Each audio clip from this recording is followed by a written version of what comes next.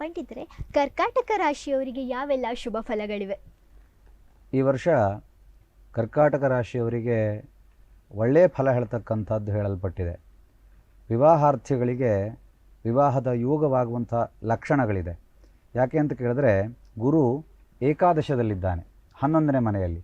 ಈ ಏಕಾದಶ ಸ್ಥಾನಕ್ಕೆ ಯಾವುದೇ ಗ್ರಹಗಳು ಬಂದರೂ ಸಹ ಅವು ಕೆಟ್ಟವರಾದರೂ ಒಳ್ಳೆಯ ಫಲವನ್ನೇ ಕೊಡ್ತಾರೆ. ಹಾಗಾಗಿ ಗುರು ಏಕಾದಶಕ್ಕೆ ಬರುವುದರಿಂದ ಗುರುಬಲ ಹೇಳ್ತಕ್ಕಂಥದ್ದು ಇರ್ತದೆ. ವಿವಾಹದ ಕಾರ್ಯ ಹೇಳ್ತಕ್ಕಂಥದ್ದು ನಡೆಯುವಂಥ ಸಾಧ್ಯತೆಗಳಿವೆ. ಹಾಗೆ ಈ ಕಲ್ಲು, ಮಣ್ಣು, ಇಟ್ಟಿಗೆ, ಮರಳು ಇತ್ಯಾದಿ ವ್ಯಾಪಾರ ಮಾಡುವಂತಹ ಜನರಿಗೆ ಈ ವರ್ಷ ಬಹಳ ಅನುಕೂಲ ಹೇಳ್ತಕ್ಕಂಥದ್ದು ಆಗ್ತದೆ.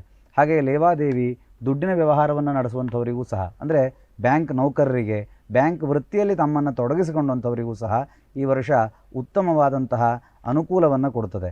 ಹಾಗೆ ಪ್ರಮೋಷನ್ ಯೋಗವೂ ಸಹ ಬರ್ಬೋದು ಅಂಥವರಿಗೆ. ಹಾಗಾಗಿ ಈ ವ್ಯಾಪಾರವನ್ನು ನಡೆಸ್ತಕ್ಕಂಥ ಜನರ ಯಾರು ಕರ್ಕರಾಶಿಯಲ್ಲಿ ಜನಿಸಿದವರಿದ್ದಾರೋ ಅವರೆಲ್ಲರಿಗೂ ಸಹ ಈ ವರ್ಷ ಉತ್ತಮವಾಗಲಿದೆ. ಹೆಚ್ಚಾಗಿ ಆಂಜನೇಯನನ್ನು ಆರಾಧನೆ ಮಾಡಿದ್ರೆ ಅವರಿಗೆ ಇನ್ನೂ ಉತ್ಕೃಷ್ಟವಾದಂಥ ಯೋಗ ಫಲವನ್ನು ಪಡ್ಕೊಳ್ಳುವಂಥ ಒಂದು ಭಾಗ್ಯ ಹೇಳ್ತಕ್ಕಂಥದ್ದು ಮುಂಬರುವಂಥ ದಿನದಲ್ಲಿ ಸಿಗಲಿಕ್ಕಿದೆ. ಹಾಗಾಗಿ ಅವರಿಗೂ ಸಹ ಈ ವರ್ಷ ಉತ್ತಮವಾಗಿದೆ.